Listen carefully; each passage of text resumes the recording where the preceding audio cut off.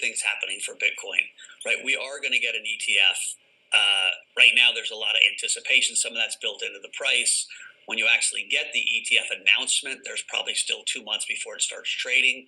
And then once it starts trading, we'll see if BlackRock and ourselves with Invesco and ARK and all these other institutions, Fidelity, have their sales forces out and they're convincing people to adopt Bitcoin, the price is going to be significantly higher, especially at a time when the Fed is probably cutting rates. And so could we go to old highs by this time next year? Of course we could. And could we go higher? We'll see. You have to remember prices are set on the margin, and there's not that many sellers of Bitcoin. Right, we're going to have the halving next year, which means that the daily supply or inflation rate gets cut in half. And so you really are setting up for a wonderful story. We're also going to an election year, and that uncertainty should help Bitcoin in the fact that the US and Europe and Japan still can't come close to fiscally being responsible. Is why people got invested in Bitcoin in the first place. The economy will slow a lot in the first quarter.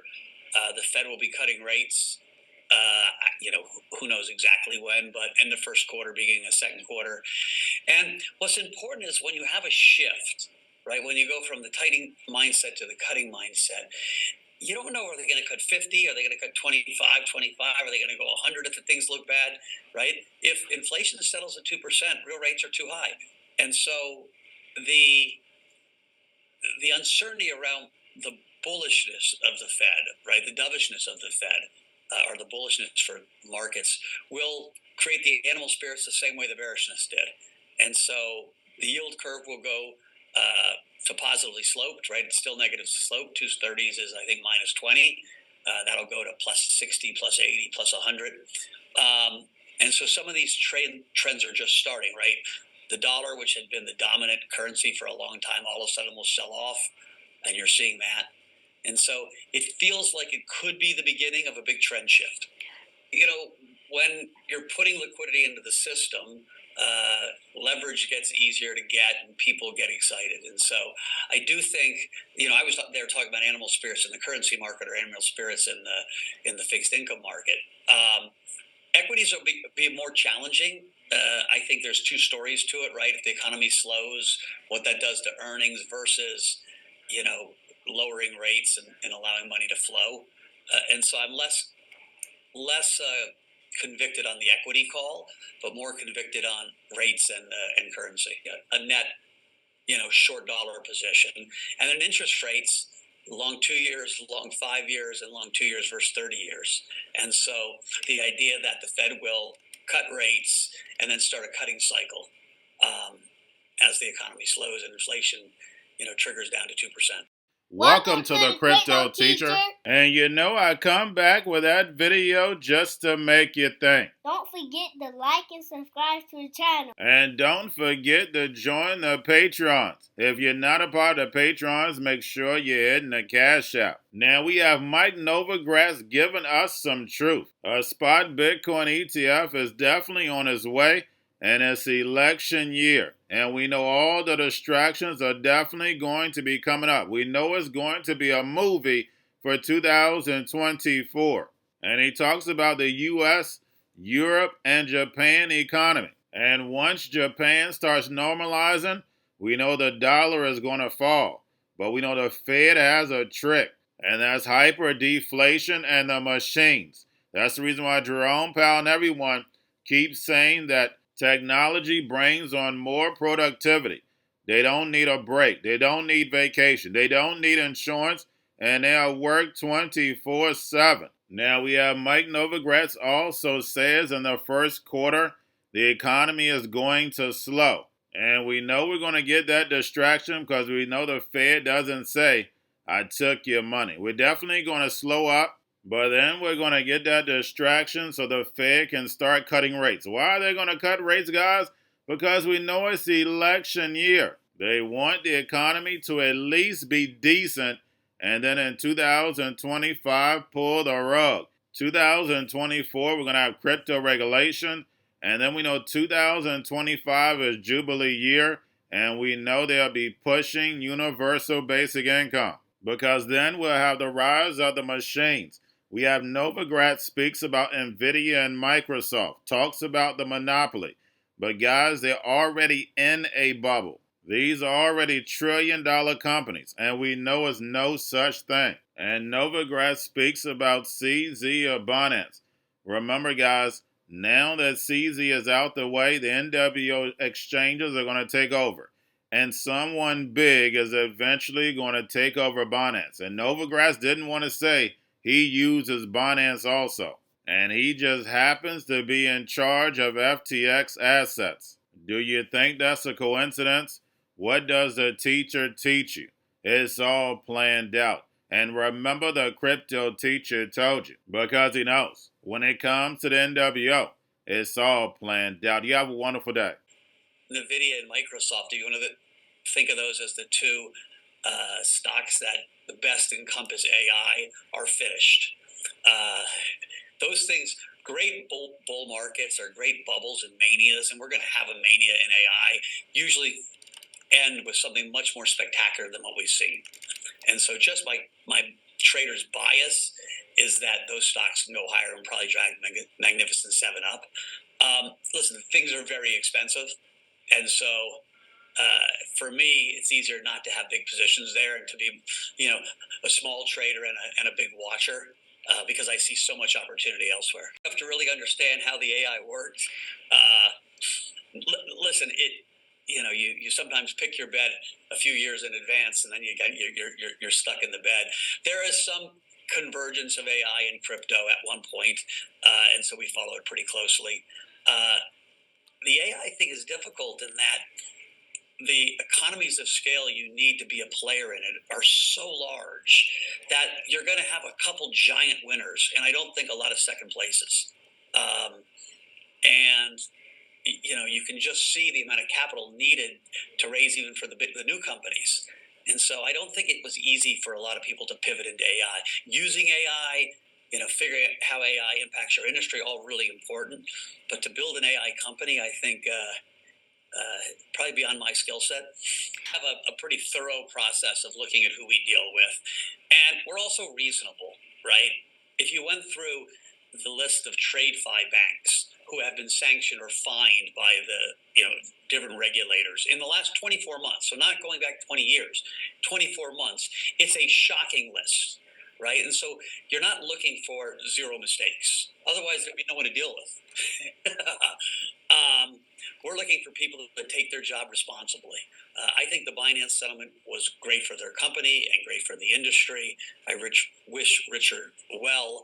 I think they're de-risked in lots of ways, right? People were worried about dealing with Binance. There's a lot less to worry about now, right? Well, when it comes to Binance, do you trade with them? Do you keep the same amount of exposure to them, or do you begin to diversify more at this point?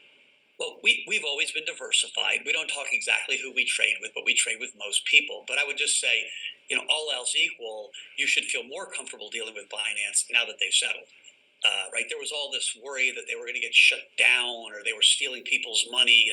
And it came down to they had some pretty serious violations of KYC protocol. And they've worked to correct them, and they've paid their fine, and they're moving on. And so I think it's a net positive for their company. I think it's a net positive for our industry. Going to a different economy, and we're going to be learning more about that as we go. But clearly, we're learning that things can be done from remote locations. We're learning that technology can replace people even more than we thought. We're not going back to the same economy. We're recovering, but to a different economy, and it'll be one that is more leveraged to technology. And I worry that is going to make it even more difficult than it was for many workers.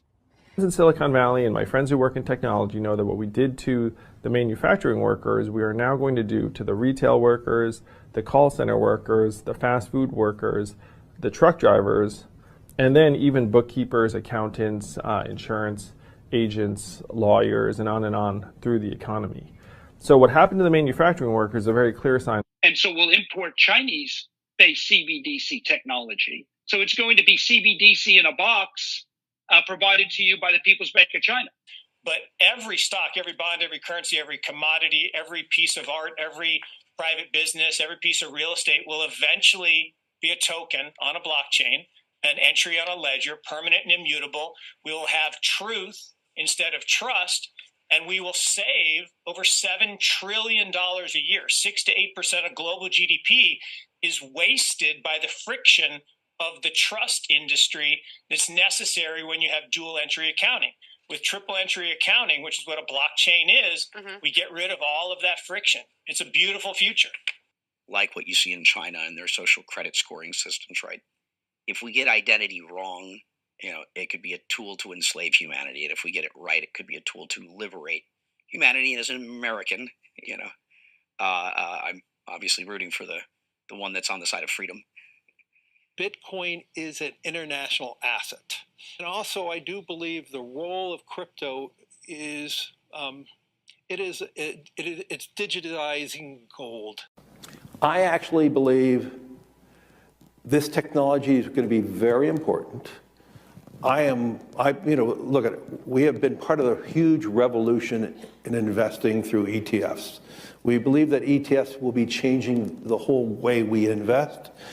Many people still use it as a means, people are investing it for indexing. No, the majority of people who are putting money in in ETFs are active investors that are buying exposure. The entire bond market is being transformed as we talk right now. I believe the next generation for markets, the next generation for securities will be tokenization of securities. And if we could have that distributed ledger that we know every beneficial owner, every beneficial seller, we all have our code of who's buying, who's selling, instantaneous settlement. And think about it, it changes the whole ecosystem. Chinese bank ICBC has been hit by a ransomware attack, and the U.S. Treasury market, as a result of that, has been disrupted. This, according to the Financial Times. We're getting more right now with Bloomberg's Shonali Bassick. Shonali, what do we know? Listen, we have the Financial Times now reporting that ICBC, one of China's largest banks here, was hit with a ransomware attack. And remember, they're a very significant intermediary in the Treasury market. The SIFMA has told its members that this has been part of the reason here that the system is kind of clogged up, if you will, during that auction that we saw a little bit before. The attack had prevented ICBC, according to the Financial Times, from settling Treasury trades on behalf of other market participants. A large executive at a major bank also telling the paper that such a large party on the fixed income clearing corp creates major concerns, potentially impacting the liquidity of Treasury markets. Now, it was not just a poor auction. It was absolutely lousy, and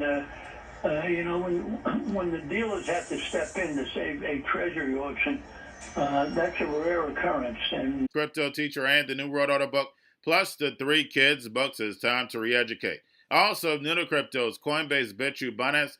Do not forget book links and crypto links are in the description. The stock channel, guys. Don't forget to go like, subscribe, spread everywhere.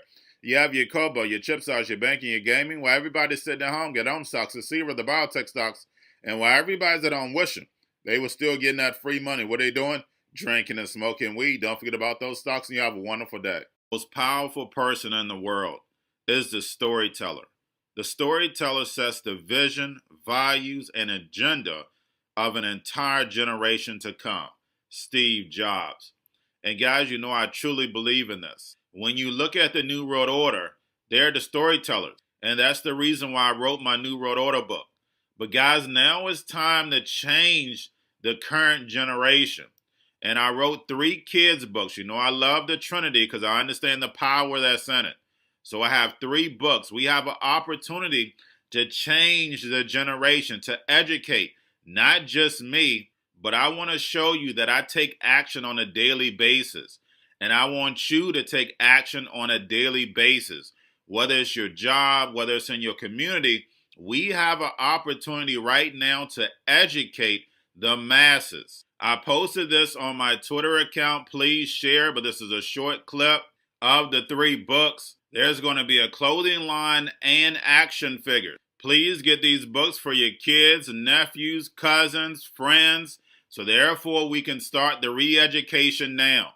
Because as we see, the 4th Industrial Revolution foundation is definitely here. Robots, algorithms, drones, taking humanity out the picture. We have to re-educate. But let's get into the video. Part 1. King Joshua and Grandma Tam save the village. Part 2. King Joshua and Grandma Tam save New York. Long COVID Stories 3.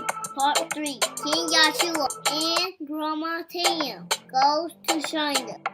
It's mandatory to get part 1, part 2, and part 3 of this series. It's time to re-educate Generation Z.